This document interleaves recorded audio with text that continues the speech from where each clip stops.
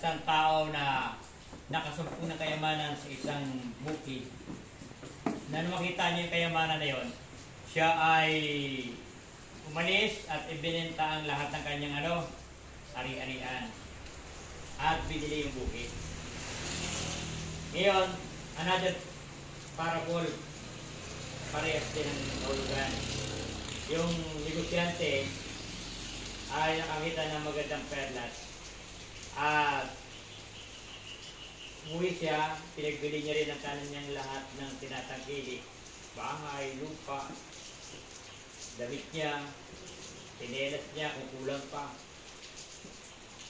nakashort na lang siguro siya, nakasando, binenta lahat kasi kung kulang eh. So, di ba pagka sabi nga, hindi mabubuo ang 10 piso o walang piso. Kahit na walang masyadong halaga yung piso, pero mahalaga yun kapag may bibiling ka, tapos kulang, hindi mo mabibili. Pero kung mag-isa lang yung piso, walang masyadong halaga. Pero kung kasama ng karamihan, mahalaga.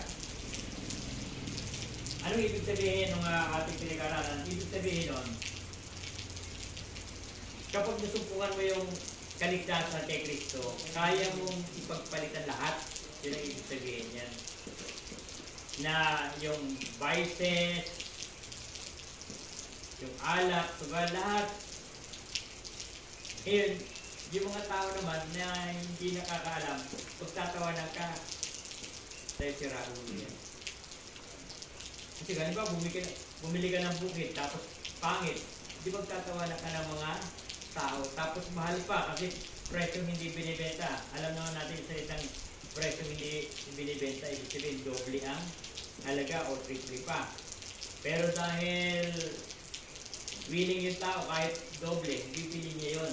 Ngayon, pagtatawanan ka, kung yung binili mong lupa ay wala namang pakinabang, batuhan, tapos sa tingin ng iba, walang pakinabang at walang gustong bumili niyan. Pero ikaw, binili mo ng doble o triple. Ngayon, habang pinagtatawanan ka, nakangiti ka pa, salita sa takot sila, puwang-puwang talaga rin. Ito yung naluloko na. Kahit nilalain sa